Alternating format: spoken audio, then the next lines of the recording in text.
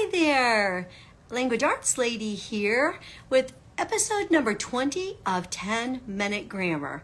I'm Donna Reish, your hostess and hopefully your friend. I'm so glad to have you here learning about grammar and writing and homeschooling with me.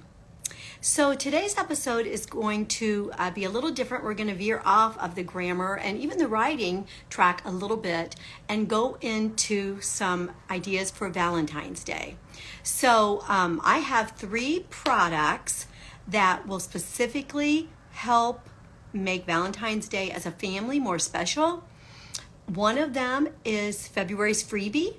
So it will be up in the next couple of days. It'll be up by February 1st as a freebie that you can get completely free just for signing up for our email list.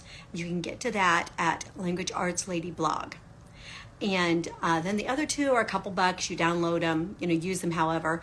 But all of these things were things that we did without any product, so to speak. So I'm going to teach you kind of some ways that we use them before they were even actually made into products. So you can do these 3 tips today with your family for Valentine's Day, with or without the freebie and the other 2 couple dollar items. Alrighty, so here we go. The first one is the freebie, and it is called Keep Close cards. And the Keep Close cards are basically invitations to dates. And they are very purposeful. So you are telling the child, if you assuming it's mom to child or dad to child, you are telling the child that you want to stay close. You're going to do something special together to stay close. The cards say at the top, let's stay close, or something like that. Let's keep close or something. And then it has lines for you to fill in, kind of like an invitation to do something together. And every time we do something special with our kids, it shows our kids that we want to stay close to them. And these cards just really, really emphasize that and give you the opportunity to, have right there on the card, let's stay close, let's keep close. When you do things with your child based on these date cards or whatever you want to call them, a couple of tips. We always recommend food, especially for preteens and teens, right? And you can do activity-related things like bowling or a movie or something like that, but it doesn't have to be. It doesn't have to be A, expensive, and B, it also doesn't have to be something that is so activity-driven. So a balance, between, spending money, not spending money, and also with activity driven versus less activity driven. So like the more activity driven things, like if you were to just meet at the theater, for example, if your child has his driver's license, you meet at the theater, you go to the movie, okay, that is very activity driven and it doesn't really give you the chance to talk and things like that. So, some balance between that. We like to do things with our kids where, we were hiking or playing sports, playing basketball in the driveway with them, or, taking them to lunch or taking them to ice cream or packing a picnic or going to the zoo or something like that, where we would also have opportunity to talk. So be sure that you put that in there too.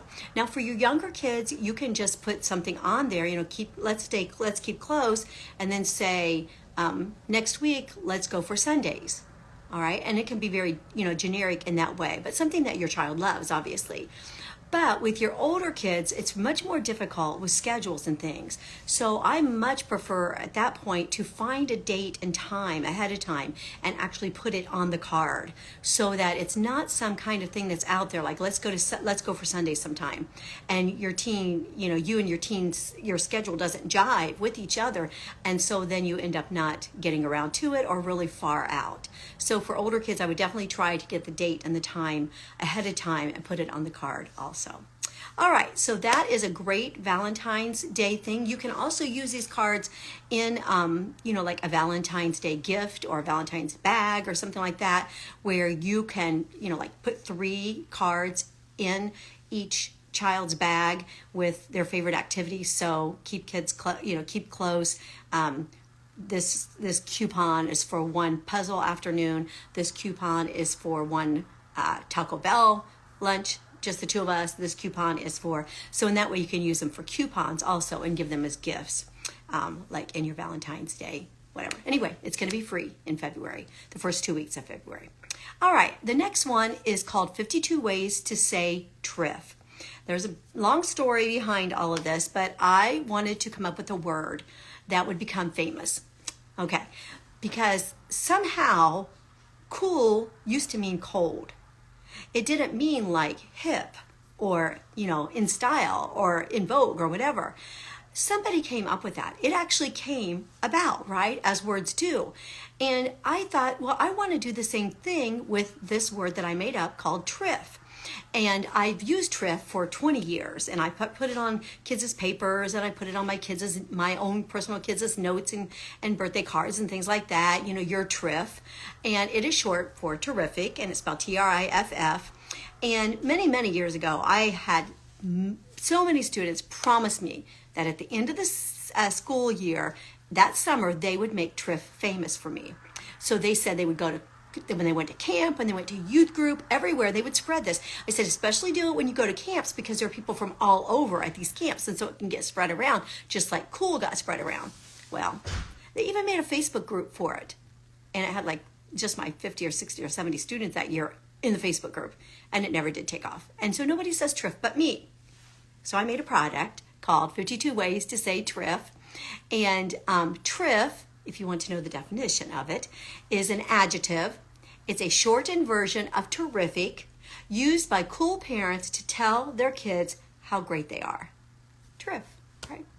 Okay, so these are basically affirmation cards for your kids. They are colorful, they're unisex, so there's not like girly ones and boy or whatever. They're just, the borders are generic, like polka dots and just lines and things like that, not anything girly or anything. They're primary colors, and some of them are just line borders, and some have little stars, or some have little dots, but they're not like something that is only for younger kids or only for older kids. So they're not childish at all. They have a message at the top, so they might say something like, so glad that you proved honesty is the best policy, or so grateful for your help all the time, or your triff, or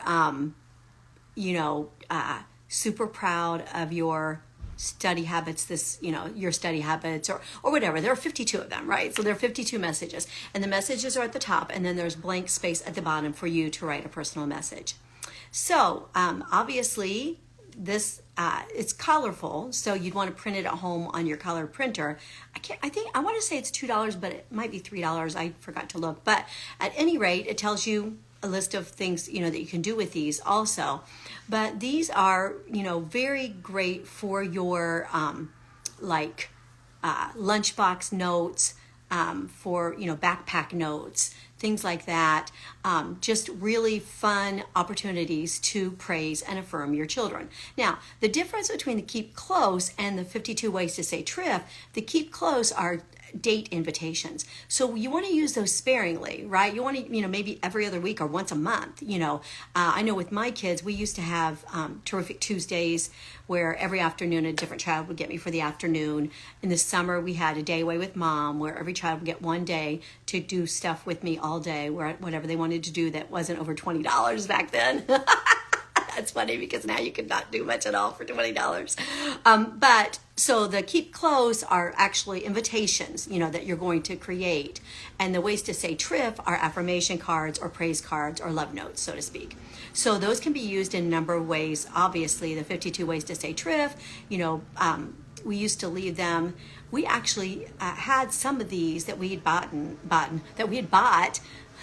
My kids will go crazy if they knew I said that for past participle.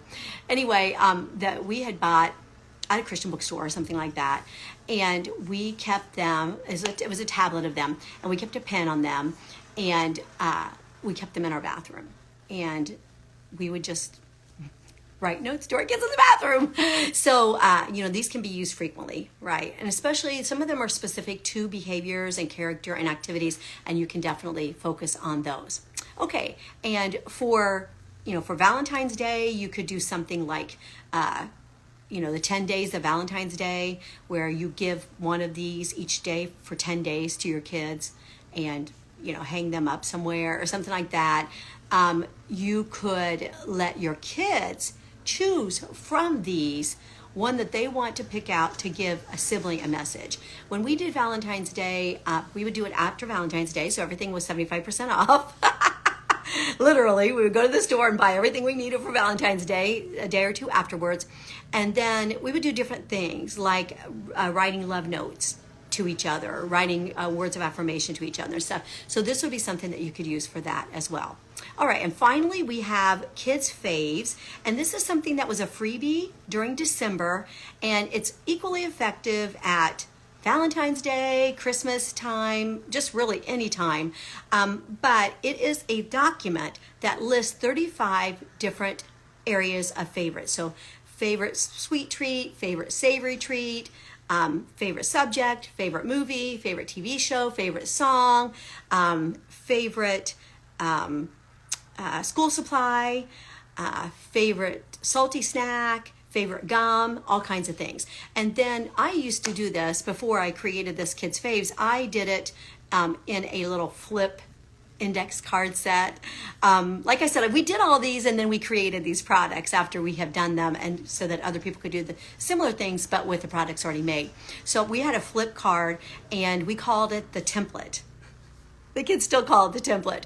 And the template meant that if you didn't get your template filled in, they would have to give me all the things to put in. Back then they used to write it all out, then they sent it via email, then they sent it through text. It's so funny how technology has moved along with our 35 favorites. But they had to have that filled out. If they didn't have the template filled out, we told them, and we still say this at Christmas time, we just said it this last Christmas, we told them that they were going to get a sack of sticks and a bag of rocks, I think is what my dad always used to say. So we told them, that if you don't get your template done, you're not going to get anything. You're going to get a bag of rocks and a sack of sticks. And they always knew, template means you got to put your candy on there. You got to put your gum on there, all these kind of things. And then we would use that list all the time to work on what we wanted to get for our kids for Valentine's Day, Easter baskets, Christmas time. As the kids got older, we did that plastic wrap game, which is also at the Language Arts Lady blog. As we did that, then we would get a list of everybody's favorites, and then we would put those in the plastic wrap. And so then at the end of the plastic wrap game, they would trade each other for their favorites and stuff like that. Another great use for this for Valentine's Day is to fill it out together, or for any family night, is to have everybody have a copy of this, and they fill theirs out together, and you talk about it, and then they turn them in. So that's a really fun thing to do. It's also really great to use as a game. So if you filled it in privately, then you would take all of those, and then you could do some kind of question and answer kind of game. We've done that at Christmas before, where we passed out, where they had candy bags. They had to open the candy, and then they had to guess who it was supposed to go to based on who they think liked that the best. So anyway, just all kinds of ways to do these things that actually bring your family closer together, right? Bring parents closer to the kids. Also, if you haven't filled this in all together, you can use it throughout the year for dinner time conversations. You know how some kids are just like, always love, like 2 roses and a thorn or whatever, or two, what is the other wording for that? 2 roses and a thorn, 2 things that were good that happened and 1 thing that was bad that happened that day or whatever.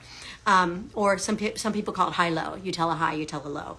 And some kids love that kind of thing, but some kids don't. I mean, I know our kids as grown adults, they will come to a family get-together, a few of them, with these things on their computer that they found to talk about. And they're like, okay, if you could learn any 1 new skill right now as an adult, what would it be? And they got this from us doing this kind of thing all the time with them when they were younger. So then everybody goes around and talks about it, and everybody loves it because my family loves to talk. So anyway, but with this one, if they're all filled in, you could use them as dinner time conversations. So who do you think wrote down, Star Wars 1 as their favorite movie? And then you guess around the circle or whatever.